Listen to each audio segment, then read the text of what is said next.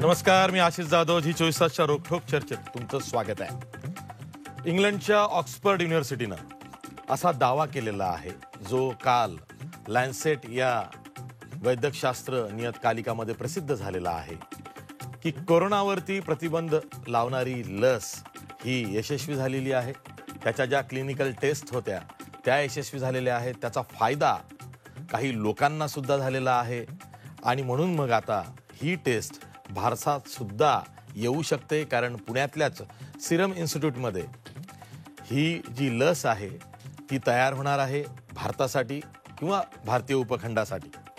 अशा पद्धतीनं कोरोनावरती लस येते आहे ही एक खुश खबर मानवसृष्टीसाठी आलेली आहे. पण ही जी लस आहे ती सर्वसामान्यांपर्यंत नेमकी कधी पोहोचू शकेल, ती आल्यावरती तिचा नेमका किती फायदा होईल आणि या लसीतून जी दुहेरी प्रतिकार शक्ती तयार होणार आहे तिचा नेमका फायदा कसा असेल, असे अनेक प्रश्न हे उपस्थित झालेले आहेत आणि म्हणूनच आज आपण ही चर्चा करतो आहोत.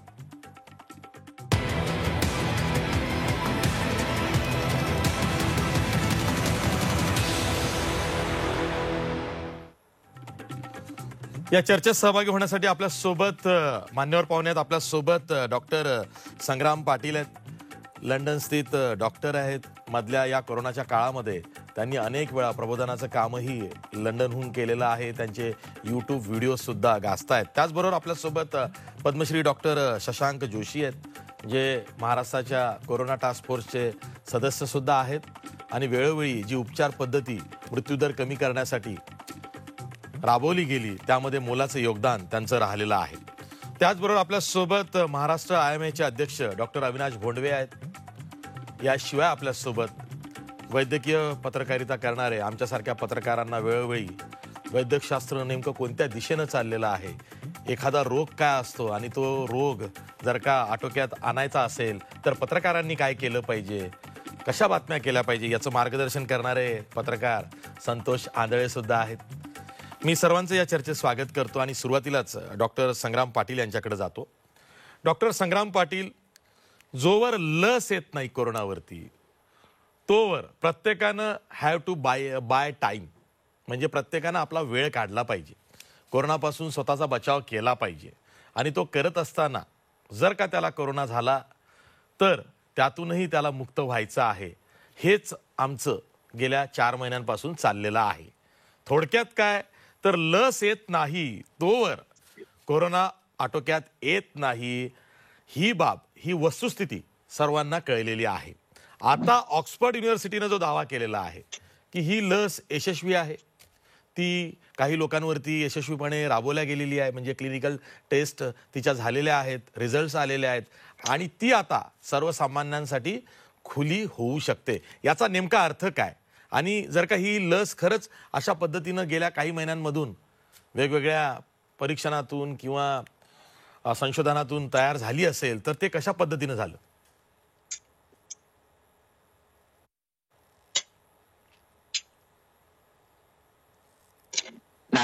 आशिषजी, लस येते ही खूप चांगली बातमी आहे, परंतु आपल्याला हे लक्षात घेतलं पाहिजे की लस आली म्हणजे कोरोना संपला आणि ती 100% यशस्वी होईल आणि आता मग कुठल्याच समस्या राहणार नाहीत असं आपल्याला आता तरी मानता येणार नाही. अगदी ऑक्सफर्डचीच नाही तर अजून 3-4 लसी ज्या आहेत त्या फायनल टप्प्यामध्ये आहेत आणि त्यांचे जे अर्ली रिझल्ट्स आहेत त्यांना स्टॅटिस्टिकल टेस्ट लावून त्यांनी लवकर प्रेडिक्ट केलंय की लस ही सक्सेसफुल होते. तर ती ऍक्च्युअली जेव्हा पेशंट्सला पोहोचेल फील्डमध्ये तेव्हा ती आल्याचं आपण समजू. अजून त्याचे अप्रुव्हल्स आहेत, मॅन्युफॅक्चरिंग आहे, डिस्ट्रीब्युशन आहे, त्याला वेळ लागेल.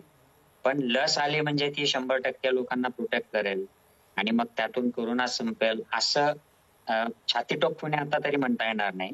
मला असं वाटतं की लस हा एक भाग असेल आणि त्याचा मेन पर्पज जो आहे तो सर्वप्रथम आपला ऍट रिस्क लोकांना प्रोटेक्ट करणे, म्हणजे जे 60च्या वरचे आहेत, ज्यांना धोका जास्त आहे, अशा लोकांना सर्वप्रथम कव्हर करणे आणि मग टप्प्याटप्प्याने इतरांना, तरुण वयोगटाला देखील देणे, जेणेकरून आपली एक हर्ड इम्युनिटी त्याच्याने डेव्हलप होईल. पण त्याला वेळ लागेल, त्याला काही महिने तरी या सगळ्या प्रक्रियेला लागतील. तोपर्यंत आपल्याला जे आता जे सरकारचे आणि WHO चे जे निर्देश आहेत की सोशल डिस्टन्सिंग पाळा, हायजीन पाळा, मास्क लावा, गरजेशिवाय बाहेर जाऊ नका आणि ऍट रिस्क जे लोक आहेत त्यांनी तर गरज असली तरी बाहेर जाऊ नका, त्यांना धोका आहे ते. हे सगळं आता आपल्याला पाळावंच लागणार आहे आणि गर्दीचं नियोजन आणि नियंत्रण हे देखील करत राहावं लागणार आहे. पुढचे काही महिने किंबहुना अगदी पुढचे 2 वर्ष तरी आपल्याला सावधगिरीची भूमिका घ्यावी लागेल आणि मग लस हा त्यातला एक महत्वाचा टप्पा असेल. जसं औषधं डेव्हलप होणं, आयसोलेशन, लॉकडाऊन हे जसे एक एक त्याचे मार्ग आहेत, स्ट्रॅटेजीज आहेत, तशी लस ही एक स्ट्रॅटेजी आहे. पण लस मिळाली म्हणजे लगेच याच वर्षी याच महिन्यात कोरोना संपणार नाही, त्याला वेळ लागेल. ठीक आहे. ऑक्सफर्ड विद्यापीठानं ही जी लस तयार केलेली आहे, ज्यामध्ये त्यांनी असा दावा केलेला आहे की दुहेरी प्रतिकार शक्ती या लसीतून वाढणार आहे, जेणेकरून तो जो माणूस आहे ज्याला ती लस दिली जाईल कोरोनाला प्रतिबंध घालण्यासाठी, त्याला त्याचा फायदा होईल आणि तो स्वतःला कोरोनापासून वाचवू शकेल. तर नेमकं ऑक्सफर्ड युनिव्हर्सिटीची ही जी लस आहे ती नेमकी काय आहे, कशी तयार झाली, त्यातनं काय होणार आहे, हे सांगणारा हा वृत्तांत बघा. कोरोनावरच्या लसीचं काय झालं? लस संशोधनाच्या पहिल्या टप्प्यात ऑक्सफर्ड विद्यापीठाला मोठं यश मिळालंय. लसीमध्ये यश मिळालं म्हणजे नेमकं काय? लस दिलेल्या 1000 स्वयंसेवकांमध्ये अँटीबॉडीज उत्तम प्रकारे तयार झाल्याचा दावा करण्यात आलाय. वैद्यकीय क्षेत्रातलं प्रतिष्ठित जर्नल लॅन्सेटनं केलेल्या दाव्यानुसार लस ज्या स्वयंसेवकांना दिली गेली त्यांना काही अपाय तर झाला नाहीच, शिवाय त्यांच्यामध्ये पूरक अशी प्रतिकार शक्तीही तयार झाली. रोगाशी लढणाऱ्या पांढऱ्या पेशींमध्येही वाढ झाली. ही लस कोरोना कसा रोखणार? ही लस नॉन रेप्लिकेटिंग व्हायरस या प्रकारातली आहे. म्हणजेच ही लस दिल्यावर शरीरात अशा प्रकारच्या अँटीबॉडीज तयार होतील ज्या कोरोनाला पेशींमध्ये घुसू देणार नाहीत. कालांतरानं या अँटीबॉडीज शत्रू शरीरात घुसल्याचं ओळखून त्याच्यावर हल्ला करू शकतील. महत्वाचा प्रश्न म्हणजे लस दिल्यावर स्वयंसेवकांना काही साईड इफेक्ट जाणवले का? काही जणांना अंगदुखी, थोडासा ताप, थंडी, डोकेदुखी असा त्रास जाणवला, पण साध्या पेन किलरनं ही सगळी दुखणी थांबली. लसी संदर्भात आता पुढे काय? आता या लसीचं 3ऱ्या टप्प्याचं परीक्षण अनेक देशांमध्ये सुरू होणार आहे. एकदा लस दिल्यावर अँटीबॉडीज किती काळ शरीरात राहतात आणि वेगवेगळ्या वयोगटांमधल्या माणसांवर काय परिणाम होतात हे या टप्प्यात कळू शकणार आहे. भारतात कोरोनाची लस कधी मिळणार? पुण्याच्या सिरम इन्स्टिट्यूटचं ऑक्सफर्डशी या लसीसाठी टायअप आहे. पुढच्या 3 महिन्यात भारतात या लसीचे काही लाख डोस तयार होण्याची शक्यता आहे. पण त्याआधी भारतात 3ऱ्या टप्प्याचं परीक्षण होणं आवश्यक आहे. त्या परीक्षणाला आठवड्याभरात परवानगी मिळू शकते. आणि आता सगळ्यात महत्वाचा प्रश्न म्हणजे लस प्रत्यक्षात कधी येईल? लस प्रत्यक्ष बाजारात यायला पुढचं वर्ष उजाडण्याची शक्यता आहे. Bureau report, Zee media, Mumbai. मी जातोय डॉक्टर शशांक जोशी यांच्याकडे. शशांक जोशी यांनी वैद्यकशास्त्रामध्ये खूप मोठं काम केलेलं आहे. महाराष्ट्राच्या टास्क फोर्सचे ते सक्रिय सदस्य सुद्धा आहेत. डॉक्टर शशांक जोशी, लस येते आहे, चांगली बाब आहे, कारण आता खरंच प्रत्येक जण की जो करोनाशी झुंजतोय आणि त्याला आता हे कळलेलं आहे की करोना सोबत जगायचं आहे, तो लस कधी येते आहे याकडे डोळे लावून बसलेला आहे. पण तरी सुद्धा काही प्रश्न उपस्थित होतात की सर्वसामान्य लोकांपर्यंत ही लस खरंच पोहोचू शकेल का? आली तर तिची फिजिबिलिटी काय? त्यानंतर भारतात ज्या पद्धतीची लोकसंख्या आहे तेवढ्या लोकसंख्येच्या प्रमाणात लस ही खरंच भारतात सक्रिय किंवा पोहोचू शकेल का? असे जे प्रश्न आहेत, या क्षणी लस येत्या एवढीच बातमी आहे, पुढे काय होऊ शकतं?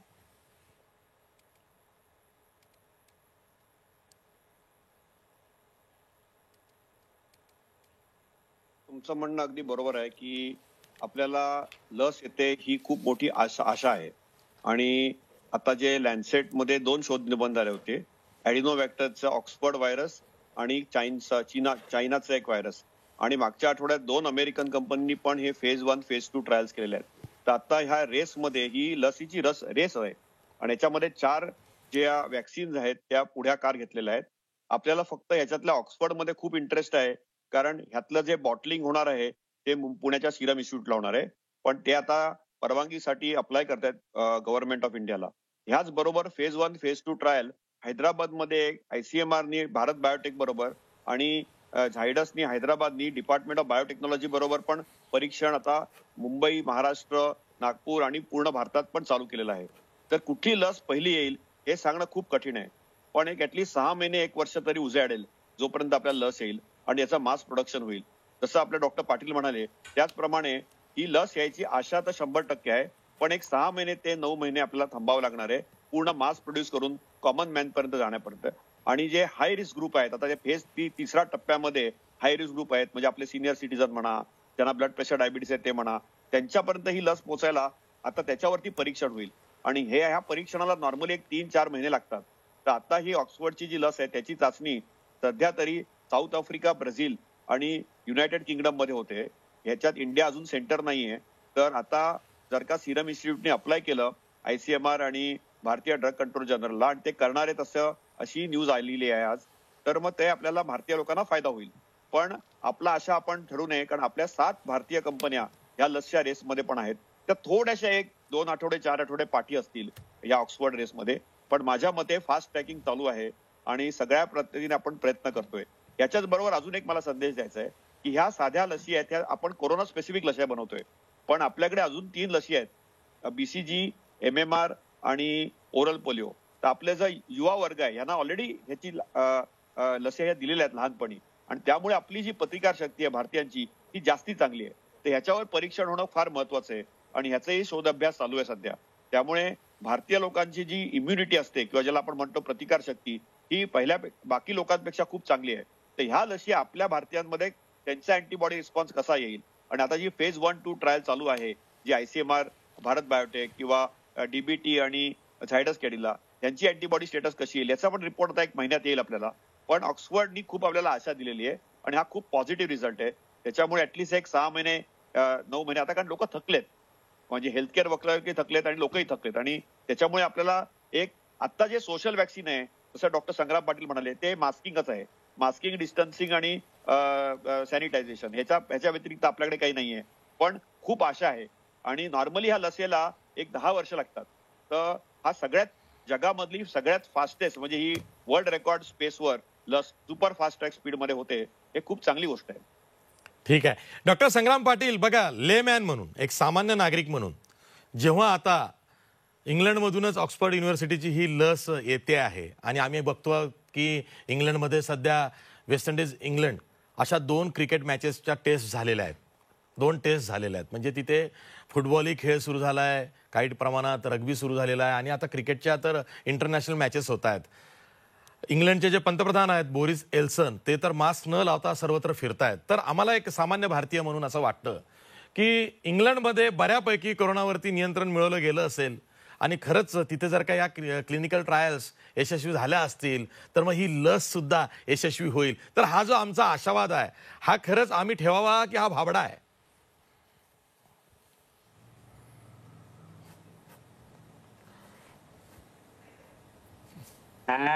आशावाद तर असलाच पाहिजे आशिषजी. म्हणजे काय, करोनाच्या बाबतीत आपल्याला दुसरा कुठला पर्याय पण नाही, आपल्याला होपच ठेवावी लागेल. परंतु इंग्लंडच्या बाबतीत जे तुम्ही म्हणलात, ते वरवरचं जे चित्र दिसतंय की इथले लोक आता मास्क लावत नाहीत. आता मी परवा ट्रेकिंगला गेलेलो आणि ट्रेकिंगला कोणीच मास्क लावलेलं नव्हतं. मी आणि माझी बायको आम्हीच मास्क लावून मूर्खासारखं दिसत होतो, आम्ही ऑड दिसत होतो. बाकी सगळे लोक बिना मास्कचे होते. तर लोक आता बऱ्यापैकी बिंदास झाले आहेत.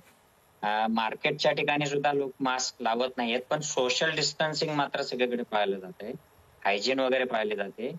यात महत्वाचा जो कॉन्फिडन्स देणारा भाग असा झालाय की इंग्लंडमध्ये सुरुवातीलाच 70च्या वरचे आणि हाय रिस्क लोकांना शिल्डिंग केलं गेलं. म्हणजे त्यांना घरी राहण्याचे आदेश दिले गेले आणि त्यांना सगळ्या प्रोव्हिजन्स घरी दिल्या गेल्या. म्हणजे लिटरली जनरल प्रॅक्टिसचे डॉक्टर, नर्सेस त्यांना घरी जाऊन सेवा देत होते, त्यांची ब्लड टेस्ट, औषधं, अन्न त्यांना देणे, फूड देणे. त्यामुळे हे हाय रिस्क लोक बरेच प्रोटेक्ट झाले. बरेचसे मेलेत सुद्धा या सगळ्यामध्ये, पण ते प्रोटेक्ट झालेत आणि आता सुद्धा ते लोक काळजी घेत आहेत. आम्ही आता हॉस्पिटल्समध्ये त्यांना बोलत नाही, त्यांना फोन करतो, व्हिडिओ कॉल करतो आणि त्यांना तसे उपचार करतो आहोत. तर हे हाय रिस्क प्रोटेक्ट झाल्यानंतर मग उरले कोण, तर तरुण लोक जे कमी रिस्क मध्ये आहेत. मग त्यामुळे त्यांना जरा एक कॉन्फिडन्स आलाय. दुसरा कॉन्फिडन्स असा आलाय की त्यांची हेल्थ, आमची जी इथली आता हेल्थ सिस्टम आहे, याच्यामध्ये आम्ही बऱ्यापैकी यंग लोकांना वाचवण्यात यशस्वी झालो आहोत. म्हणजे 70च्या खालचे तर सहज इथे वाचवता येतात आणि व्हेंटिलेटरवर जरी गेले लोक तरी त्यातून बाहेर येतात. त्यामुळे मी जेव्हा कोरोनाने आता मागचा महिनाभर आजारी होतो, तेव्हा मला अशी भीती अजिबात वाटली नाही की मी कोरोनाने मरेल का. मला माहित होतं की माझी जर चेस्ट खराब जरी झाली आणि मी गंभीर झालो तरी मला यंत्रणा वाचवेल हा कॉन्फिडन्स मला होता. त्यामुळे मला भीती नाही वाटली. हा कॉन्फिडन्स इथल्या लोकांना आता आलेला आहे की माझं काही झालं तरी मला माझी हेल्थ सिस्टम जी आहे ती वाचवेल. तर मला वाटतं ते त्यातून दिसतंय.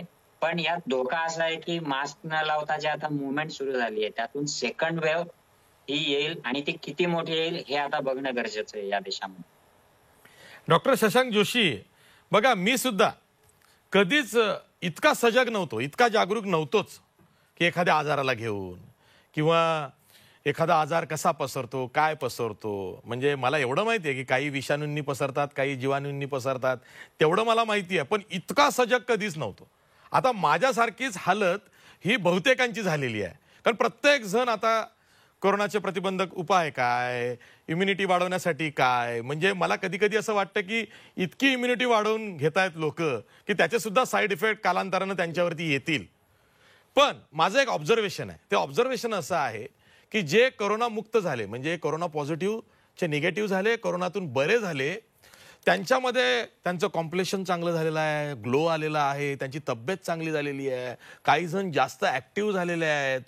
हे होतं का असं? कारण मी बघतोय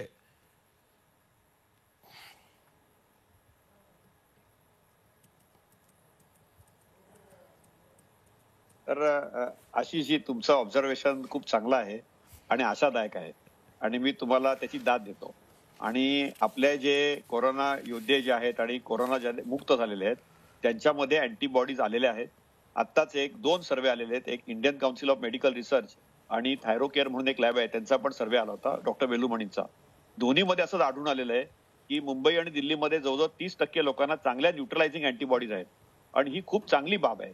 म्हणजे जसे संग्राम म्हणतायत की युके मध्ये हर्ड इम्युनिटी डेव्हलप करायची आहे, तशी भारतीय लोकांची प्रतिकारशक्ती पहिल्यापेक्षा चांगलीच आहे. कारण आपण काटक लोक आहोत, आपल्याला सगळी vaccine, BCG, oral polio, measles मिळालेली आहेत आणि आपले लोक आपल्या इथे पण बघितलं आपण की 70, 80, 90 वर्षाचे आजी आजोबा पण चांगले झालेले आहेत कोरोनातून.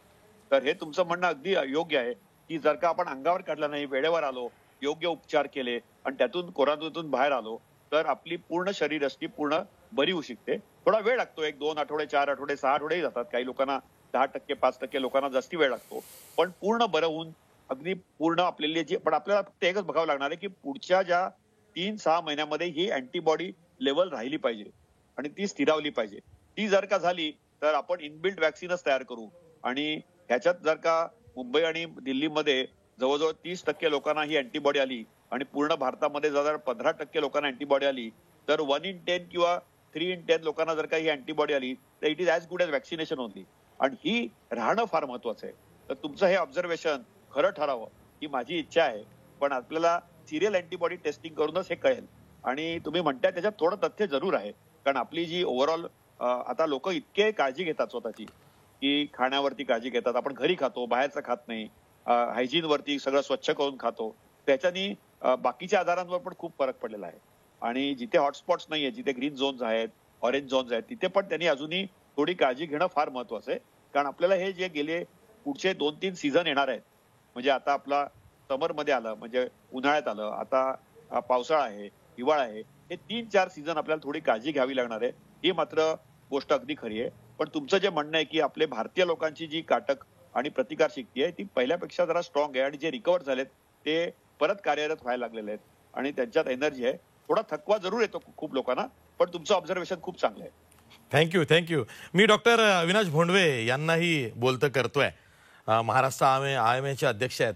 अविनाश भोंडवे, पुण्याची केस स्टडी तर फार वेगळीच आहे. म्हणजे आम्ही मुंबईतले असं समजत होतो की आम्हीच असुरक्षित आहोत.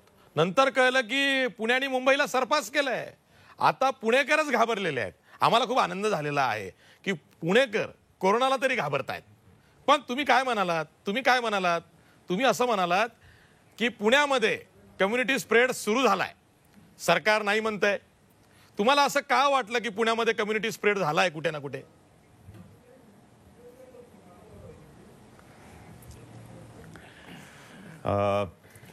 आता तुम्ही लसी संबंधी बोलताना हा वेगळा प्रश्न विचारलाय. पण एक महत्वाची गोष्ट अशी आहे की हा सामूहिक संसर्ग आहे असं इंडियन मेडिकल असोसिएशननी संपूर्ण देशभरात हे जाहीर केलं होतं की फक्त पुण्यात नाही तर भारतातल्या अनेक जिल्ह्यांमध्ये अनेक राज्यांमध्ये अशा प्रकारचा समूह संसर्ग असल्याच्या गोष्टी ह्या समोर येत होत्या. यामध्ये आसामच्या मुख्यमंत्र्यांनी आरोग्यमंत्र्यांनी साधारणतः 5 जुलैच्या सुमारास असं विधान केलं होतं की आसाममध्ये काही जिल्ह्यांमध्ये तिथे सामूहिक संसर्ग सुरू झाला आहे. त्याचप्रमाणे केरळच्या मुख्यमंत्र्यांनीही एक 4 दिवसापूर्वी असं जाहीर केलं होतं की केरळमधले जे तिरुवनंतपुरम जिल्ह्यामधल्या काही ठिकाणी सामूहिक संसर्ग सुरू झालेला आहे. आता सामूहिक संसर्ग याचा अर्थ असा आहे की ही लस 3ऱ्या टप्प्यात आहे. म्हणजे तुमच्या लक्षात आलं की एक लक्षात घ्या, सुरुवातीचा जो पहिला टप्पा होता त्या टप्प्यामध्ये परदेशातून आलेले जे लोक होते त्यांच्यापासून भारतातल्या लोकांना हा आजार झाला. त्यानंतर 2ऱ्या टप्प्यामधल्या भारतातल्या लोकांकडून दुसऱ्या भारतातल्या लोकांना झाला. असं करता करता गेल्या काही महिन्यांमध्ये असे संसर्गाने ग्रस्त झालेल्या किंवा अशा लोकांचे समूह तयार झाले. आता परिस्थिती अशी आहे की एका बाजूनी हे संसर्गाचं प्रमाण खूप वाढतंय आणि त्याचबरोबर हा संसर्ग नक्की कोणापासून झालाय याचा तुम्हाला पत्ता लागत नाही. आणि नक्की ही स्थिती जी असते त्याला सामूहिक संसर्ग म्हणतात की समूहापासून समूहाला होतो आणि नक्की कोणापासून झालाय याचा संसर्गाचा मागोवा किंवा कॉन्टॅक्ट ट्रेसिंग आपल्याला करता येत नाही. आणि त्याच्यामुळं हे लक्षात आलं की महाराष्ट्रातल्या काही जिल्ह्यामध्ये सुद्धा हा सामूहिक संसर्ग सुरू झालेला आहे. कारण आपण जर पाहिलं तर अनेक स्लम्स म्हणजे अगदी मुंबईमध्ये सुद्धा धारावी किंवा इतर ठिकाणच्या आणि हे जे काही ठाणे, औरंगाबाद, पुणे त्याबरोबर सोलापूर अशा जिल्ह्यांमध्ये सुद्धा जिथं दाट लोकवस्ती आहेत अशा ठिकाणी मोठ्या प्रमाणात संसर्ग सुरू झालाय आणि तो वाढत चाललाय. आज भारतामध्ये सुद्धा 10 लाखाच्या पुढे 11 लाखापर्यंत संख्या गेलेली आहे. रोज साधारणतः 40,000पर्यंत हे होत आहे. हे जे एक्सपोनेन्शियल ग्रोथ ही तर दिसायला लागली आहे. त्याच्यामुळं हा सामूहिक संसर्ग असावा आणि त्याचा योग्य तो अभ्यास करून हे करावं. हे फक्त लपवून ठेवू नये किंवा हे नाकारू नये की केवळ हे असं विधान आहे लोक घाबरतील म्हणून नाकारू नये. कारण सामूहिक संसर्गामध्ये काही थोड्या अधिक आपल्याला काळजी घ्यावी लागेल. ती काळजी आपण जर घेतली तर तो सामूहिक संसर्गामध्येही आपण बऱ्यापैकी गोष्टी नियंत्रणात ठेवू शकतो. आमचं एवढंच म्हणणं होतं की सामूहिक संसर्ग झालाय याची आकडेवारी एक जर तपासली तर त्याप्रमाणे ते जाहीर करावं आणि त्यासाठीच्या योग्य ज्या काळज्या आहेत काही वेगळ्या नाही आहेत.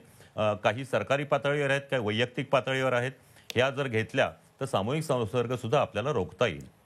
डॉक्टर अविनाश भोंडवे, मी जाणीवपूर्वक हा प्रश्न यासाठी विचारला की लस जोवर येत नाही तोवर we have to buy time. आपल्याला वेळ काढायचाच आहे आणि तो कसा काढायचा तो ज्यानं त्यानं स्वतः ठरवायचा आहे की कसा आपल्याला कोरोनापासून स्वतःचा बचाव करायचा आहे. पण त्या दरम्यान होतं काय? तुम्ही तर आता पहिल्या दिवसापासून म्हणजे 9 मार्चला जेव्हा पहिल्यांदा पुण्यात कोरोना रुग्ण सापडले तेव्हापासनं कार्यरत आहात, तुम्ही आमच्याशी बोलता आहात, म्हणून तुम्हाला हा प्रश्न विचारतो की मधल्या काळात काय झालं? मधल्या काळात आपली उपचार पद्धती अद्ययावत झाली. आपल्याला कुठे ना कुठं उपचारादरम्यान एखाद दुसरं इंजेक्शन सापडलंय की ते चांगलं आहे की त्यांनी कोरोना बरा होऊ शकतो किंवा मदत तरी बरं होण्यास होऊ शकते किंवा लंग इन्फेक्शन होत असेल तर ते थांबवलं जाऊ शकतं म्हणून एक रेमडेसिवीर नावाचं काय इंजेक्शन गोळ्या काय जे काय असेल ते बाजारात आहे. त्याची साठेबाजी झाली, काळे बाजार झाला, अशा बातम्या आम्ही पण केल्या.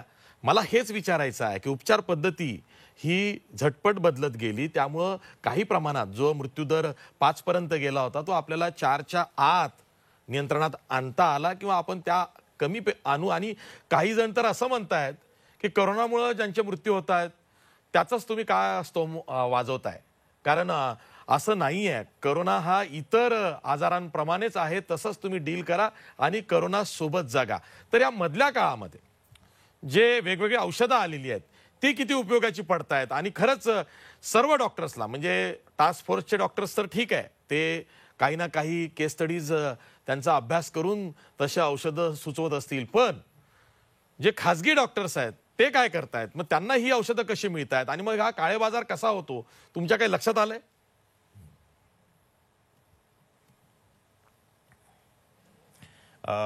आपण म्हणताय त्याच्यामध्ये तथ्य आहे. मुळामध्ये ही जी औषधं आलेली आहेत ती वापरायचे, ह्या सर्व ज्या गोष्टी आहेत हे महाराष्ट्राचे टास्क फोर्स जो आहे, म्हणजे ज्याच्यात डॉक्टर शशांक जोशी आहेत, डॉक्टर ओक आहेत, यांच्यातर्फे ही सर्व माहिती दिली जाते. प्रत्येक जिल्ह्यामध्ये सुद्धा महत्त्वाच्या ठिकाणी टास्क फोर्स आहेत, तेही त्याच्यामध्ये संशोधन करून किंवा विचार करून औषधांची योजना करत असतात. त्यामुळं मधल्या काळामध्ये उपचार पद्धतीत निश्चित सुधारणा झाली. त्यामुळं जे रुग्ण गंभीर होते त्यांना वाचवण्यात नक्कीच यश मिळायला लागलं. कारण ही जी औषधं आहेत ही आजार बरा करणारी जरी नसली तरी त्या विषाणूंची संख्या कमी करणारी किंवा मर्यादित करणारी आहेत आणि त्यामुळं हे झालं. परंतु त्याच वेळेला आपल्या भारतासारख्या देशामध्ये ज्या वेळेला अशी साथ मोठ्या प्रमाणात वाढते त्यावेळेला खूप मोठ्या प्रमाणात त्या औषधांची उपलब्धता राहते. तर ही उपलब्धता नसल्यामुळं हा मध्यंतरी थोडा त्रास झाला होता की जे रॅमडेसिवीर इंजेक्शन आहे, म्हणजे आता आपल्याला माहिती आहे की साधारणतः सध्या 10,000च्या आसपास आपण रोज रुग्ण दाखल होतात. त्याच्यामधले एक 20% रुग्णांना ऑक्सिजन लागतो आणि त्याचबरोबर रेमडेसिवीर लागतं किंवा त्यांना आयसीयूमध्ये दाखल करावं लागतं, त्यांनाही रेमडेसिवीर लागतं. तर या साठी म्हणजे साधारणतः 10,000मधल्या 2,000 रुग्णांना रोज रेमडेसिवीर लागतं. तर त्यानुसार 2,000 रुग्णांना प्रत्येकाला साधारणतः 6 इंजेक्शनची गरज लागते. पहिल्या दिवशी 2 आणि नंतर रोज 1 असं. या इंजेक्शनांना या रुग्णांना एकूण 12,000ची गरज आपल्याला दर आठवड्याला आहे. ही न मिळाल्यामुळे, ही उपलब्धता न केल्यामुळं आज ही मध्यंतरी त्याची जो मिळत नव्हती त्याची जी स्कार्सिटी होती ती निर्माण झाली होती आणि हे शॉर्टेज असल्यामुळं साहजिकच हा व्यापारी पद्धतीने त्याचा फायदा घेतला गेला. याचा त्रास डॉक्टरांनाही झाला आणि रुग्णांनाही अतोनात झाला. तर आमची सूचना एवढीच होती की या पद्धतीने कॅल्क्युलेट करून सर्व सप्लाय नियंत्रित करावं. कारण हे काम काही डॉक्टरांचं नाही आहे, हे काम सरकारचं होतं. त्या पद्धतीने त्यांनी बऱ्यापैकी सूचना केल्या. पण त्यामध्ये एक गोष्ट अशी केली गेली होती की ज्यामध्ये ते रुग्णाला जर पाहिजे असेल किंवा तर डॉक्टरांचं प्रिस्क्रिप्शन, पेशंटचं आधार कार्ड आणि कोविड पॉझिटिव्ह असल्याचं सर्टिफिकेट पाहिजे अशी एक ती जी अट घातली होती त्याला एक विरोध होता. कारण डॉक्टर शशांक जोशींनीच आम्हाला सांगितलं होतं की आलेला रुग्ण तुम्ही कोविड टेस्ट करायच्या आधी त्याची लक्षणं बघा आणि त्याला उपचार करायला घ्या. अशा पद्धतीने असे कित्येक पेशंट ज्यावेळेला येतात वरून क्लिनिकली हे लक्षात येतं की हा पेशंट सिरियस आहे आणि त्याला हे रेमडेसिवीर ऑक्सिजनची गरज आहे. त्याप्रमाणे ते चालू करायचं असेल तर कोविड पॉझिटिव्हची हे नसल्यामुळं त्याला ते देता येत नाही. काही पेशंट्समध्ये इनकन्क्लुझिव्ह रिपोर्ट असतो, अशालाही त्याला रेमडेसिवीर लागतं. तर या सर्व गोष्टी लक्षात घेऊन आम्ही हे प्रकर्षाने सांगितलं होतं की आजही मी शशांक जोशी सरांना सांगेन की कोविड हे नसलं किंवा टेस्ट केलेली नसली तरी सुद्धा ते रेमडेसिवीर पेशंटला द्यावं लागतं. त्या पद्धतीने आपण उपाययोजना केली पाहिजे. ठीक आहे. आपल्यासोबत पत्रकार संतोष आंधळे आहेत. संतोष आंधळे, माझा तोच प्रश्न राहील, कारण लस पाहिजे आता हे प्रत्येकाला कळलंय. म्हणजे आम्हाला हे कळलंय, एक तर आम्ही सजग नव्हतो, कोरोनामुळे सजग झालो. आता आमची चिकित्सा बुद्धी खूप वाढलेली आहे. आम्हाला जगायचं आहे, आम्हाला कोरोनापासून स्वतःचा बचाव करायचा आहे. त्यामुळे आम्हाला लस लवकर हवी आहे. पण भारतासारख्या देशामध्ये ही लस सर्वसामान्य गरिबापर्यंत पोहोचू शकेल का, ही शंका आम्हाला येते. तर या कामी एक तर 2 प्रश्न आहेत. पहिला प्रश्न की खरंच ही लस येत असेल तर तिची खरंच किती गरज आहे, आणि 2, लस आली तर ती सर्वसामान्यांपर्यंत पोहोचवण्यासाठी सरकार काय करू शकतं? आशिष, आपण बघितलं तर ही खरी तर आशादायक बाब आहे की आपल्याकडे लस येणार आहे. ह्या 2-3 गोष्टींचा आपण विचार केला पाहिजे. खरं तर शशांक जोशी सरांनी सांगितलं की पहिल्यांदा असं घडतंय की 10 वर्षाचा काळ लागणाऱ्या लसी, ह्या 7-8 वर्षाचा काळ लागणाऱ्या लसी ह्या 2 ते 3 ते 4 ते 6 महिने किंवा 8 महिन्याच्या कालावधीत याच्यावरती काम सुरू झालेलं आहे. याच्यामध्ये या सगळ्या प्रक्रियेत तुम्ही फक्त ऑक्सफर्ड हा विषय घेतला की ऑक्सफर्डचे निकाल चांगले लागलेले आहेत, त्याची प्रतिकारशक्ती चांगली आलेली आहे रिझल्टमध्ये, हे तुम्हाला सगळं दिसतंय. परंतु हे इंजेक्शन टोचल्यानंतर त्यांच्या अँटीबॉडीज शरीरात किती काळ राहू शकतील हा तितकाच महत्त्वाचा मुद्दा असणार आहे. म्हणजे उद्या असं होता कामा नये की ती लस आपण शरीरात टोचली आणि फक्त 1 महिन्यापुरती अँटीबॉडीज टिकतील किंवा 2 महिन्यापुरती टिकतील. तर त्याच्यावरती परीक्षण होणं गरजेचं आहे. लस ही काळाची गरज आहे, कारण आत्तापर्यंत आपले डॉक्टर विविध औषध उपचार पद्धतीचा वापर करून R&D करून लोकांना हे देतात, काय उपचार देतात आहे आणि त्याच्यापैकी बऱ्यापैकी यश आपल्या डॉक्टरांना संपादन झालेलं आहे. काही जणांचा दुर्दैवी मृत्यू झाला आहे, पण आपले जे डॉक्टर आहेत, जगभरातील डॉक्टर, भारतातील डॉक्टर इतके निष्णात आहेत की त्यांनी विविध औषधांचा वापर करून, कॉम्बिनेशन्स करून रुग्णांना वाचवण्यात यश आपल्याला संपादन झालेलं आहे. आपण सध्या उपचार देतोय, पण हा आजारच होऊ नये म्हणून ही लस काळाची गरज आहे. तर ही येईल केव्हा, तर ह्याच्याकरता निश्चितच आणखीन एक वर्षभर आपल्याला वाट बघण्याची शक्यता आहे.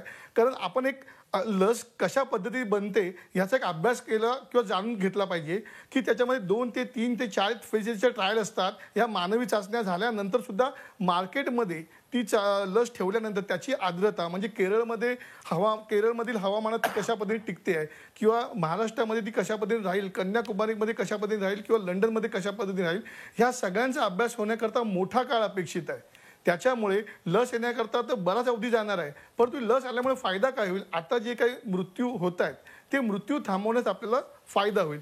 महत्त्वाचा विषय म्हणजे आपली भारत बायोटेक नावाची जी कंपनी हैदराबाद स्थित, त्यांचे मानवी चाचण्यांना सुरुवात झालेली आहे. 12 संस्थांना मानवी चाचण्याकरता परमिशन दिली गेलेली आहे एम्स रुग्णालयासहित. तर त्यांनी एक जी संस्था निवडली आहे ती आहे आपल्या नागपूरची गिल्लूकर मल्टी स्पेशालिटी हॉस्पिटल. त्याचे डॉक्टर चंद्रकांत गिल्लूरकर आहे. त्यांना मी ह्याच्याविषयी विचारलं होतं, तर त्यांनी असं सांगितलं होतं की नक्कीच आम्हाला चाचणी करण्यास परवानगी दिली आहे, आम्हाला ह्याचा अनुभव सुद्धा आहे की आम्ही या मानवी चाचण्या करू सुद्धा, परंतु आम्हाला निश्चित असा काळ कोणाला सांगता येणार नाही की या चाचण्या आमच्या कधी पूर्ण होतील आणि आम्ही त्याचे निकाल कधी सबमिट करू शकू. विशेष म्हणजे आपल्याकडे एक मोठा वाद निर्माण झाला होता त्या जुलैच्या पहिल्या आठवड्यामध्ये. आपल्याकडे असं सांगण्यात आलं होतं की ICMR एक डेडलाईन सेट केली आहे 15 ऑगस्टच्या आधी ह्या स्वातंत्र्य दिनाची त्यांचे निर्णय तुम्ही द्यावेत म्हणून. पण त्याच्यावर मोठा वाद निर्माण झाला की अशा पद्धतीने कंपन्यांना डेडलाईन देऊ नये, त्यांनी लस बनवण्यासाठी कुठला काळ घ्यायचा आहे तो त्यांच्या पद्धतीने घ्यावा. म्हणजे तुम्ही एक लक्षात घ्या, ऑक्सफर्डचा आपण आज चर्चा करतोय, ज्यावेळी आपण 15 ऑगस्ट ही डेडलाईन आपल्या कंपनीला सुद्धा दिलेली आहे भारतातल्या, त्याच्यामुळे निश्चितच ह्या स्पर्धेमध्ये भारतही कुठेतरी आहे, हैदराबाद स्थित कंपनी सुद्धा आहे आणि भारत बायोटेक पण मोठ्या वेगाने काम करते. आता ऑक्सफर्डने जे उत्पादन काढलंय किंवा जे निर्णय त्यांनी जाहीर केले ते काय मोठा आकडा घेतलेला नाही अजून. त्यांनी फक्त 1000 ते 1056 वगैरे अशी संख्या आहे त्यांची त्या मानवी चाचण्यांवरती आणि मोठा आकडा करणं अपेक्षित आहे. त्यांच्या ब्रिटनमध्ये काही लोकांवरती हे लसींचे प्रयोग सुरू आहेत, ब्राझीलमध्ये त्यांच्यावरती प्रयोग सुरू आहे. त्याच्यामुळे आशादायक चित्र नक्कीच आहे. मात्र सध्या भारतीयांनी असं मानण्याची केव्हाही गरज नाहीये की आपल्याला याच्यावरचं सोल्युशन सापडलेलं. अजून वर्षभर तरी आपल्याला अशाच पद्धतीने आपले जे डॉक्टर उपचार करतायत किंवा शासनाने जे सुरक्षित नियम आखून दिले आहेत त्या नियमाचा आधार घेऊनच जगावं लागेल. लस यायला मोठा काळ लागणं अपेक्षित आहे, तो लागणारच आहे.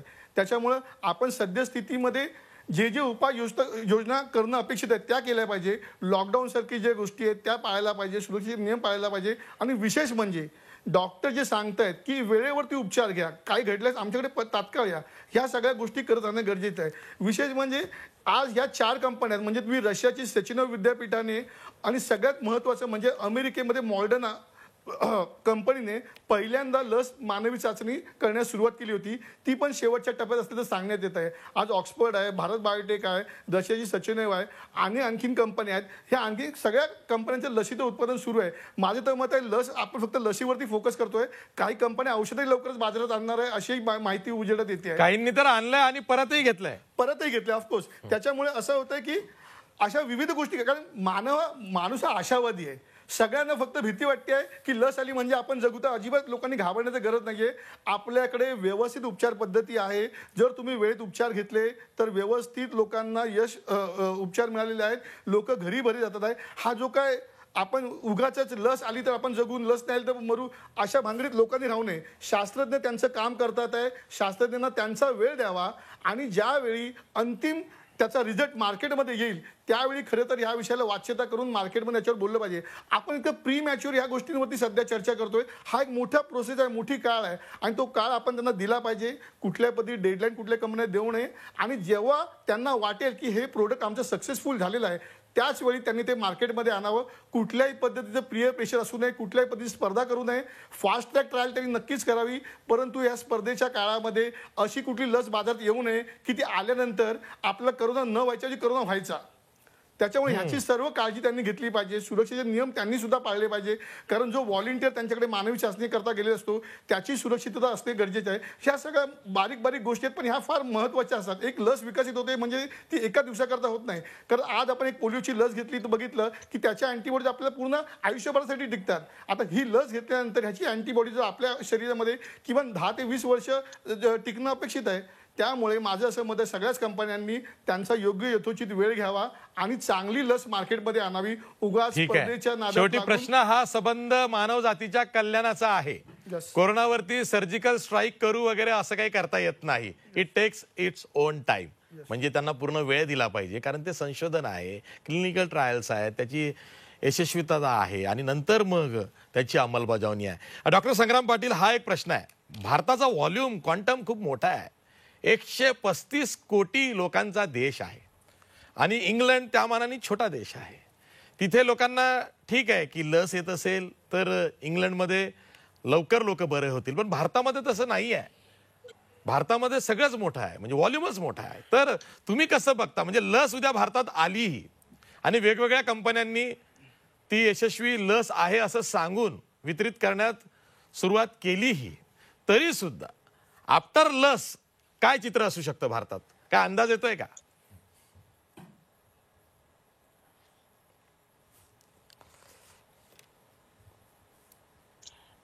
भारतात खरं तर कोरोनाची जशी सुरुवात झाली, म्हणजे मला आठवतं फेब्रुवारीमध्ये मी इंडियाला व्हिजिट केली होती, तेव्हापासूनच हा सगळा गोंधळ सुरू झालेला आहे. मीडियामध्ये वेगवेगळ्या गोष्टी येतात, सोशल मीडियामध्ये वेगळ्या येतात, लोक वेगळंच सांगतात. इव्हन ICMR आयुष देखील वेगवेगळ्या गोष्टी करतात आणि यातून हा सगळा गोंधळ आहे. आता देखील बघा तुम्ही, रेमडेसिवीर, टॅबिफ्लू आणि कोरोनाच्या टेस्टच्या संदर्भात वेगवेगळ्या प्रकारची माहिती लोकांना दिली जाते. तर ही सुसूत्रता जर आली आणि गव्हर्नमेंट बॉडीजनी जर याच्यामध्ये एक थोडंसं डिसिप्लिन आणली, तर आपल्याकडे या सगळ्या गोष्टी व्यवस्थित होऊ शकतात. म्हणजे नाही होणार असं नाही. आणि इंग्लंड सारखे देश, यांच्या समस्या वेगळ्या आहेत. कोरोनामध्ये इंग्लंडमध्ये जे लोक मेले आहेत UK मध्ये, त्यातले 90% लोक हे 65 अँड अबव्ह आहेत. म्हणजे इकडे 90 वर्षाच्या वरचे खूप लोक मेले आहेत, 80-85च्या वरचे. आपल्याकडे या वयाचे लोक म्हणजे दिसत पण नाहीत गावाखेड्यापाड्यांमध्ये, शहरात सुद्धा खूप कमी आहेत. तर इथल्या समस्या वेगळ्या आहेत. भारतात तरुण वयोगट आहे, आपली बॅकग्राऊंड इम्युनिटी चांगली आहे, त्यामुळे आपण त्यातल्या त्यात जर आपल्या हाय रिस्क लोकांची आधीच निवड करून ठेवली, 60च्या वरच्यांना द्यायचं आणि त्याच्या खाली जे हाय रिस्क आहेत त्यांना आधी द्यायचं, असं सिस्टमॅटिक डिस्ट्रीब्युशन जर केलं. सगळ्यात आधी महत्वाचं आहे की आपण हाय रिस्क लोक कव्हर केले पाहिजे. तरुणांना ते वशिलाचे आहेत, आमदारांचे लोक आहेत, नगरसेवकांचे आहेत किंवा डॉक्टरांच्या घरचे आहेत म्हणून त्यांना आधी डिस्ट्रीब्यूट करणं हे अवॉइड झालं पाहिजे. हे सगळं आपल्याकडे होईल. लस आली की सगळ्यात आधी, जसं रशियामध्ये त्यांच्या प्रेसिडेंटने लस ऑलरेडी घेऊन टाकली अशी बातमी येते आता. त्यांनी तिथले जे बिलिनियर्स आहेत त्यांनी पैसे देऊन आधी लस घेऊन टाकल्या आहेत स्वतःवर. तर हे भारतात व्हायला नको. आपण त्याचं एक न्याय्य पद्धतीने डिस्ट्रीब्युशन केलं पाहिजे. सगळ्यांना लस मिळेल, पण ज्यांना गरजेची आहे त्यांना आधी दिली गेली पाहिजे. आणि यात शासनाची भूमिका खूप महत्वाची असेल. तर शासनाने लक्ष घातलं, नियम केले आणि पाळले, तर मला नाही वाटत फारसा गोंधळ उडायला पाहिजे. ठीक आहे. डॉक्टर संग्राम पाटील, शेवटचा प्रश्न तुम्हाला विचारतो. मला माहिती आहे की तुम्हाला वेळ महत्वाचा आहे, तरी सुद्धा इंग्लंड आहे, आजूबाजूला युरोपियन कंट्रीज आहे आणि कोरोनामुळं सर्वांनाच धास्ती ही बसलेली आहे की पुढे काय. कारण आपण कोरोनातनं कधी बाहेर पडू याचं उत्तर भल्या भल्यांना सापडत नाहीये. मध्येच म्हणतायत की हा सेकंड स्पाईक आहे, आणखीन एक थर्ड स्पाईक येणार आहे आणि मग थर्ड आल्यावरती पुढे काय, असा जर का प्रश्न उपस्थित झाला तर पुन्हा मग बॅक टू स्क्वेअर वन अशी सुद्धा परिस्थिती येऊ शकते. तर आम्ही तर घाबरलेलो आहोत भारतामध्ये की पुढे कसं जायचं. आता आम्हीच आमचा निर्धार करतोय की नाही, कोरोनासोबत जगूया, नाहीतर आपल्याला तसंही जगता येणार नाहीये. पण युरोपियन कंट्रीजमध्ये आम्ही असं बघतो की तिथे सरकार मदत करतं, ती लोकही तेवढी सक्षम आहेत, लोकसंख्या कमी असते, त्यामुळं साधन सुविधा ह्या जास्त आहेत.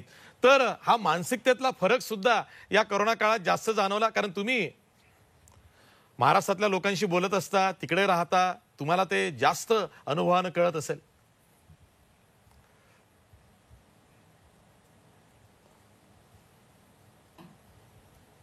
हो, अगदीच आशिषजी. सगळ्याच पातळीवर दोन्ही सिस्टम्स मध्ये फरक आहे. पश्चिमेकडे ज्या सोसायटीज आहेत या बऱ्यापैकी मॅच्युअर आहेत. या क्षेत्रात असं डिझास्टर आलं, काही आपत्ती आली देशावर, तर त्या खूप मॅच्युअरली या समाजांमध्ये हँडल केल्या जातात. त्यांनी महायुद्ध बघितलेली आहेत आणि त्या काळात सुद्धा त्यांनी ज्या पद्धतीने शिस्त पाळली, सरकारचे निर्देश पाळले, स्वयंशिस्त पाळली, हे खूप त्यांना फायद्याचं ठरतं. आणि कोरोना काळात सुद्धा त्यांचा इन्फॉर्मेशन सोर्स जो असतो तो गव्हर्नमेंटची जी बॉडी आहे, त्यांचा हेल्थ सेक्रेटरी किंवा प्राईम मिनिस्टर आणि मोजक्याच ज्या वेबसाईट्स आहेत, NHS ची वेबसाईट किंवा NICE ची वेबसाईट, यातूनच फक्त निर्देश निघतात. आणि यांच्याच लोकांचं फक्त ऐकलं जातं. आपल्याकडे कुठेतरी आयुष वेगळंच काहीतरी सांगतात, मग प्राईम मिनिस्टर वेगळंच सांगतात, रामदेव बाबा वेगळंच सांगतात, तर मीडियावर वेगळेच व्हिडिओ चालतात. आणि मग कुठले तरी 2 डॉक्टरांच्या मधलं टेलिफोनिक कन्व्हर्सेशनचा ऑडिओ तो फिरतो. अशा प्रकारचा जो गोंधळ, समाजाची अपरिपक्वता असल्यामुळे हा चालतो. तर याच्यात समाज खूप कारणीभूत आहे या गोष्टीला. मला वाटतं की हे जर थोडेसे या गोष्टीवर जर काम केलं आणि सेंट्रल गव्हर्नमेंट किंवा स्टेट गव्हर्नमेंट यांच्याकडून एक डेली बेसिसवर व्यवस्थित मार्गदर्शन मिळालं आणि ज्या अफवा येत आहेत त्यांचं जर खंडन केलं गेलं की नाही हे चुकीचं आहे, आता वाफे संदर्भात कोणी गुळण्या करा म्हणतं, कोणी गोमूत्र प्या म्हणतं, तर याचं गव्हर्नमेंट कडून खंडन झालं पाहिजे. म्हणजे government of India should stop this. ICMR ने त्याच्यावर ऍक्शन घेतली, लगेच ऍक्शन घेतली पाहिजे. म्हणजे आता बऱ्याच वेळेला मी बघतोय की रामदेव बाबांचा जो क्लेम आहे त्याच्यावर माझ्यासारखे लोक बोलतात किंवा भोंडवे सरांसारखे लोक बोलतात, पण गव्हर्नमेंट कडनं काहीच ऍक्शन होत नाही. गव्हर्नमेंटने या लोकांना पहिल्या दिवसाला सांगायला पाहिजे की you shut up, this is emergency, हे नॉनसेन्स चालणार नाही. यामुळे लोक खूप घाबरतात. आणि दुसरा एक प्रॉब्लेम असा आहे भारतामध्ये की या गोष्टीचं राजकारण केलं जातंय. सुरुवातीलाच हे लॉकडाऊन आणि ह्या सगळ्या गोष्टींचे नियम आपल्या जनतेला कळत नाही. त्यात आपण लॉकडाऊनला ज्या ज्या ठिकाणी जसा इम्प्लिमेंट केला पाहिजे तसा तो व्यवस्थित झालेला नाहीये. ज्या खेड्यामध्ये कोरोनाचा संबंध नाही ते खेड पण लॉकडाऊन करून टाकला आपण डे 1 ला. मुंबई लॉकडाऊन केलं ठीक होतं, पण कुठला तरी बिहार मधला एक पेरीपेरीचा जिल्हा जिथे काहीच संबंध नाही त्याचं लॉकडाऊन झालं नाही. त्यामुळे लोक जे घाबरलेत आणि राजकारण ज्याचं झालं, राजकारण खूप भीती निर्माण करतं भारतीय समाजामध्ये. म्हणजे आता उदाहरणार्थ मरकजचं राजकारण झालं, त्याच्यामुळे लोकांची चिडचिड झाली. त्यांना वाटलं आता बस संपला देश, आता हे मरकजचे लोक देशभर कोरोना पसरवणार आणि आपण मरणार. तर ह्या पद्धतीचं या आमच्याकडे कृष्ण मंदिरातनं कोरोना पसरला, आम्हाला कळलं सुद्धा नाही मीडिया, सोशल मीडियामध्ये पण नाही कळलं आम्हाला. ही जी परिपक्वता मीडिया, सोशल मीडिया, गव्हर्नमेंट आणि समाज ही कमी असल्यामुळे भीती वाढते, गोंधळ वाढतो, स्ट्रेस वाढतो, झोपमोड होते. ही पश्चिमी देशांमध्ये ही परिस्थिती दिसून येत नाही. खूप लोक मरतायत तरी सुद्धा इथे सगळं अगदी शिस्तीत चालतं, लोक ऍक्सेप्ट करतात, लोक सूचना पाळतात. तर हा फरक आपल्याला मिटवला पाहिजे. म्हणजे आपण पण एक मॅच्युअर सोसायटी या क्षेत्रात होऊ. आणि आय एम शुअर सगळे जे पॅनलचे लोक आहेत, पॅनलिस्ट, त्यांना पण हे मान्य होईल की समाजाची परिपक्वता खूप महत्वाची आहे. अगदी बरोबर आहे. मी संतोष आंधळेकडे यासाठी जातो. त्यांनी खरं तर आता 125 लेख लिहिलेले आहेत या करोना काळामध्ये आणि छोट्या छोट्या मुद्द्यांवरती त्यांनी लिखाण केलेलं आहे. म्हणजे त्यांचं जे परीक्षण निरीक्षण जे समाजात झालेलं आहे, डॉक्टर्सला भेटून त्यांनी ते केलेलं आहे, त्यातनं ते त्यांनी मांडलेलं आहे. वेळोवेळी काय काय स्थित्यंतर या करोना काळात वैद्यकशास्त्रामध्ये, समाजामध्ये आणि करोनाला घेऊन लोकांमध्ये काय आलं. संतोष, हाच प्रश्न आहे की एकीकडं दिशाभूल होणे, एकीकडं गैरसमज होणे आणि त्यातून मार्ग काढत काढत पुढे जाणे. म्हणजे आमच्यासारखे जे लेमॅन आहेत, सामान्य माणसं आहेत, त्यांना सांगितलं गेलं की तुमची इम्युनिटी वाढवा. मग इम्युनिटी वाढवण्यासाठी जे जे काय असेल ते सर्व आम्ही करून बसलो आहोत. काहींना तर एवढं वाटतंय की आता माझी इम्युनिटी एवढी वाढली आहे की मला आता करोनाच होणार नाही आहे. मी म्हणतोय चांगलं आहे. हा कॉन्फिडन्स येणे एखाद्याला की मला आता कोरोना होणार नाही, हे सुद्धा चांगलं आहे. म्हणजे निदान तो सकारात्मक तरी आहे आयुष्यात, असा विचार मी पण करतोय. तर हे कसं काय, म्हणजे आता लोक वेगवेगळ्या पद्धतीवर, आणि याचा साईड इफेक्ट एक असा झालेला आहे की लोकांमध्ये मानसिक रोगांचं प्रमाणही वाढायला लागलेलं आहे. अनेकांना फोबियानी ग्रासलं गेलेलं आहे की आपल्याला कोरोना होईल. काही जण इनॅक्टिव्ह म्हणजे सक्रिय नाही आहेत, काही जण स्वतःला घरात कोंडून घेत आहेत, घराचा दरवाजा सुद्धा ओलांडत नाहीयेत. ही जी काही मानसिकता तयार झालेली आहे ही सुद्धा टॅकल केली पाहिजे. नक्कीच आशिष, याच्यामध्ये 2 प्रकार आहेत, एक तर सकारात्मक आणि नकारात्मक. तर पहिला मी सुरुवात अशा पद्धतीने करतो की जेव्हा करोनाचा काळ सुरू झाला त्यावेळी असं आपल्या लक्षात आलं की हा करोना फक्त वयस्कर माणसांना होतो, महिलांना होतो, गर्भवती महिलांना होतो, लहान मुलांना ह्याच्या जास्त धोका आहे. परंतु आज जर तुम्ही आपल्या राज्याची आकडेवारी पाहिली किंवा सगळ्या भारताची आकडेवारी पाहिली तर या सगळ्याच करोनामध्ये लहान मुलं सगळ्यात सेफ आहेत. कारण त्यांना ऑलरेडी काही लहानपणी त्यांना खूप पद्धतीचं वॅक्सिन मिळालेलं असतं, वॅक्सिनचं एक्सपोजर असतं, त्याच्यामुळे त्यांची प्रतिकारशक्ती बऱ्यापैकी असते, त्याच्यामुळे लहान मुलं सेफ आहेत. विशेष म्हणजे आज जर तुम्ही आपल्या राज्याची आकडेवारी पाहिली तर 70% पुरुष हे करोना बाधित आहेत आणि 30% महिला या बाधित आहेत. म्हणजे ह्या करोनाची वक्रदृष्टी पुरुषांवरती अधिक आहे. महिलांची प्रतिकारशक्ती जास्त असते, त्या घराबाहेर जास्त पडत नाहीत, त्यांना व्यसनं कमी असतात. त्या तुलनेने पुरुषांकडे हे घराबाहेर पडतात, व्यसनं असतात आणि विविध गोष्टी त्या करत असतात, त्यांना कळत पण नाही. बरं, ह्याचं शास्त्रीय कारण अजून कोणाला मिळालं नाही की पुरुषांना का होतो.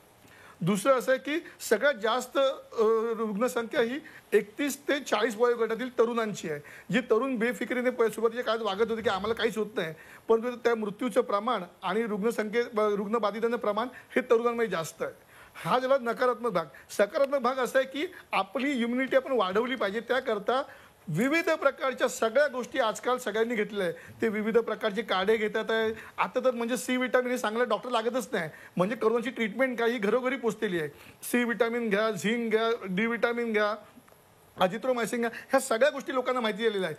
पण ह्या सगळ्या प्रकारात झालंय काय, लोकांची भीती चेपली गेलेली आहे आणि लोक बिनधास्तपणे वागायला लागलेले आहे आणि त्याच्यामुळे करोनाच्या संख्येमध्ये वाढ होण्याची शक्यता नाकारता येत नाही. भीती चेपली का, तर हो नक्की चेपली. भीती मनात बाळगावी का, तर हो बाळगू नये, पण याचा अर्थ तुम्ही सतर्क राहणं गरजेचं आहे, भीती न बाळगता. तर आज काय झालं की लोकांना असं वाटलं की इतके दिवस करोनामुळे आपलं काय झालं नाही तर यापुढे काय होणार नाही. परंतु जर तुम्ही बघितलं केरळ सारख्या राज्यामध्ये जो 1 मे रोजी जो देशातलं पहिलं राज्य आहे की जिथे पहिला रुग्ण जानेवारीमध्ये सापडला आणि ते देशातलं पहिलं राज्य होतं की ज्याने करोनाचा कव खाली आणला होता. 1 मे रोजी त्यांच्याकडे एकही रुग्ण नव्हता. मात्र आजची जर तुम्ही परिस्थिती बघाल, करोनाचं भविष्यमान कोणी सांगू शकत नाही, त्याचं वर्तन कोणी सांगू शकत नाही. तेच नेमकं केरळमध्ये घडले. आज केरळमध्ये 11,000 रुग्ण आहेत आणि त्यांना जाहीरपणे पुढे येऊन सांगावं लागतं मुख्यमंत्र्यांना की आमच्या तिरुवनंतपुरमच्या 2 गावामध्ये समूह संसर्ग झालेला आहे. म्हणजे एक तुम्ही लक्षात घेतलं पाहिजे की करोनाचं भविष्य किंवा करोनाचं भविष्यातलं वर्तमान कोणी सांगू शकत नाहीये की तो भविष्यात कसा वागणूक करेल, पावसाळ्यामध्ये त्याचं कशा पद्धतीने रूपरंग राहील, हिवाळ्यामध्ये तो कसा राहील, हे कोणी सांगू शकलेलं नाही. त्याच्यामुळे काळजी घेणं, सुरक्षित राहणं हे गरजेचं आहे. त्यामुळे कोणाला असं वाटलं की मी जास्त इम्युनिटी माझी वाढली आणि मला करोना होणार नाही, तर हा तुमचा दावा सपशेल खोटा आहे. हे तुम्ही लक्षात घ्या. तुम्ही करोनापासून अलिप्त राहाल परंतु काही होणार नाही हा दावा मनात बाळगू नका. तुमचं प्रिव्हेन्शन नक्की होईल. तर ह्या सगळ्या प्रक्रियेमध्ये लोकांनी खरं तर सजग राहिले पाहिजे, जास्त करून तरुणांनी. कारण आज आपण जर बघितलं आकडेवर तर लक्षात येईल की तरुणांमध्ये ह्याचं प्रमाण जास्त आहे, पुरुषांमध्ये ह्याचं प्रमाण जास्त आहे. ज्यांना कोमॉर्बिडिटी आहेत, ज्यांना आजार आहेत, ब्लड प्रेशर आहेत, डायबिटीस आहे, किडनीचे लिव्हरचे विकार आहेत, अस्थमा आहेत, अशा लोकांचा म्हणजे एक तर पुरुष आणि दुसरे म्हणजे कोमॉर्बिडिटी, ह्या लोकांचा रुग्णसंख्येचा आणि मृत्यूचा आकडा आहे. बाकी महिला या व्यवस्थित त्यांची स्वतःची काळजी घेत असतात, त्याच्यामुळे त्या सुरक्षित आहेत. मात्र फाजील आत्मविश्वास बाळगणाऱ्यांना करोनाचा फटका नेमका बसलेला आहे. त्याच्यामुळे तुम्ही सतर्क राहा आणि सुरक्षित राहा असं मला वाटतं. ठीक आहे, मी शेवटी डॉक्टर अविनाश भोंडवे यांच्याकडे जातोय. डॉक्टर अविनाश भोंडवे, हे तर स्पष्ट झालेलं आहे की ऑक्सफर्ड युनिव्हर्सिटीची जी यशस्वी लस आहे ती भारतात यायला किमान 6 महिने लागतील. भारतीय लस कदाचित लवकर येऊ शकेल, सांगता येत नाही. पण ऑक्सफर्डची, ज्यावरती आज आपण चर्चा करतो आहोत, त्यावरती आपण हे म्हणू शकतो की ती लस भारतात यायला आणि सक्रिय व्हायला जर का ती यशस्वी असेल तर 6 महिने किमान जातील. मग आता पुढचे 6 महिने तुम्हाला आम्हाला सर्वांना काढायचे आहेत. मला आतापर्यंत कोरोना झाला नाही, पण मी शाश्वती देऊ शकत नाही की उद्या मी कोरोना बाधित होणार नाही म्हणून. मी असा दावाच करू शकत नाही. मला I have to buy time. मला कोरोनापासून स्वतःचा बचाव करायचा आहे. मग आमच्यासारख्यांनी, ज्यांना कोरोना अजून झालेला नाही, त्यांनी पुढचे 6 महिने कसे काढायचे?